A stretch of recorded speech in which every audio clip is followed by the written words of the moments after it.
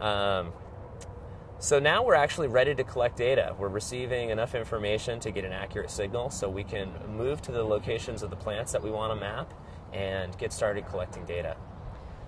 Okay, so the first group of plants we're going to map today is this group of daylilies right here. And they're kind of laid out in a triangle formation. And because they're kind of grown together in a fashion that we don't want to map each individual, we're going to map this as a mass planting. So we essentially want to draw a line around the outside of it, and then we're going to record a point in the center of it to record our taxonomic information. So to collect the points for this plant, we're going to put a vertex here with the GPS receiver, and then we're going to move it to here, and then we're going to move it out here. And then when we're done, we'll enter some information about this polygon. And then we'll take one more GPS point in the center, and then we'll tie these two things together in the data model with an ID number. Okay, let's get started collecting our first data point.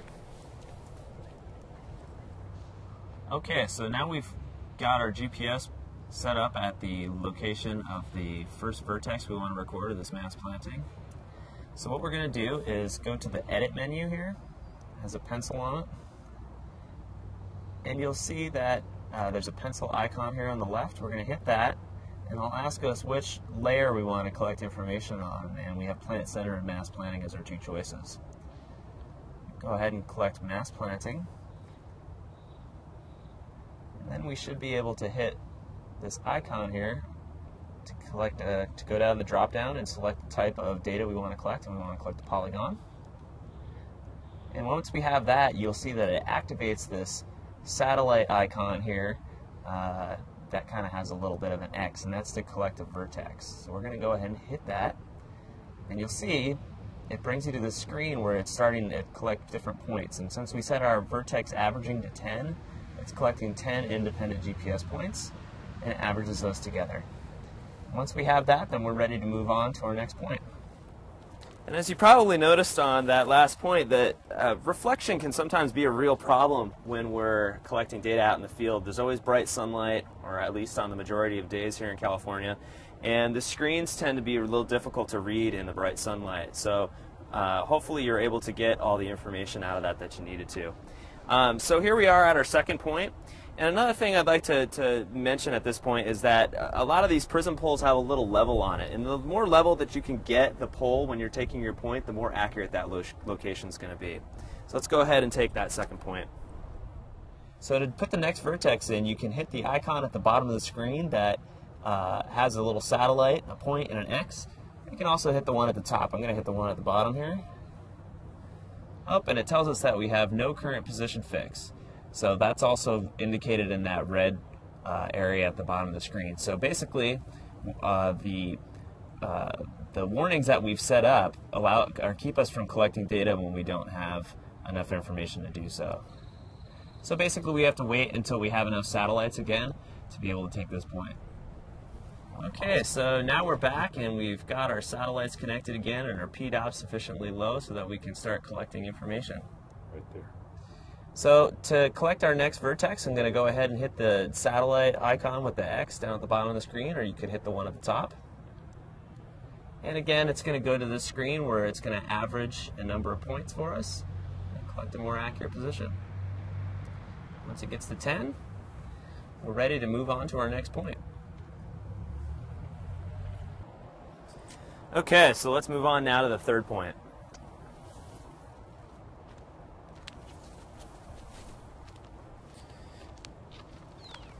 And here we are at the third point. Again, we want to try to make sure that we get the prism pole as level as possible before we take it.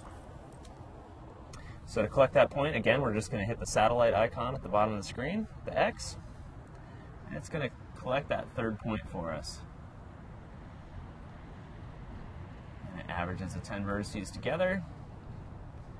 And then we are ready to finish our polygon. So the next step in the process is to hit the forward arrow down here, and that will move us to the next screen where we enter attributes about this polygon. We wait for the program to bring up the screen, and it brings up the mass planting attribute screen. So As we start collecting data, the first thing we're going to do is we're going to put in an ID for this polygon. And since this is our first polygon, we're just going to type in number 1. And then for the type of planting, this lets us select essentially how many species are inside of this. And because it's just all daylilies, we're going to go with a homogeneous planting type. And then it asks you for the size of this planting. And it looks like there's less than 20 individuals in this, so we're going to stick with small, 6 to 20 individuals. Then it asks you what section are we in. We're in the East Asian section, as denoted by our file name, and the collection of plants that we're into, East Asian. And now you can choose to enter a lot of this information back in the office if you want, and just only focus on collecting the important information while you're out in the field. And one of those bits of important information is the survey date. You're always going to want to put that in there. So by checking on that, it brings up automatically today's date for us. And then also the survey username, and that's me, so we'll select that. The update date and update username, we can leave those blank because we haven't updated this information yet. So once you're done with page 1, you hit page 2 here, and there's a little bit more information you can put in. If you want to fill in some comments about this, you can do that. And that's all we're going to enter about this particular mass planting now. And then the next step is going to be to take a point in the center of the polygon where we'll record the taxonomy for this mass. So to finish this up, hit the OK button at the bottom. And that should do it. Okay, now we're done with our third point, and we've entered attributes about it. Now we're going to move on and do the center point.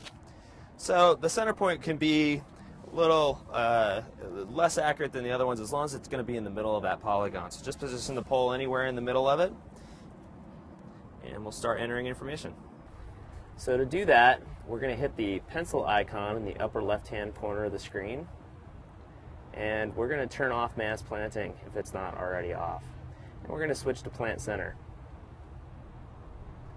And then we're going to move over 2 menus, and we're going to change the geometry type from polygon to point.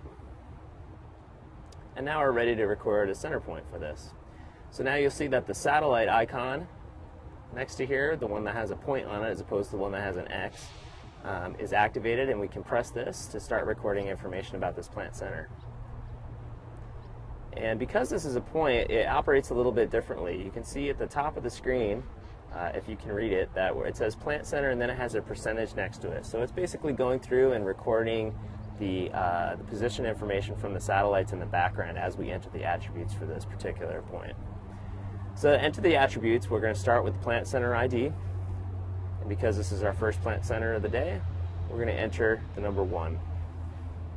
And then for the type of plant center, we're going to scroll down, and we're going to enter Forbor herbaceous for this one because it's a herbaceous plant. And for the accession number, if you know it, we created that domain back in the office, so now we have a drop-down list for accession numbers. I don't know what the exact accession number of this plant is for this exercise, but I'm just going to pick one from the list, but hopefully you should know that information, or you can select to enter it when you get back in the office.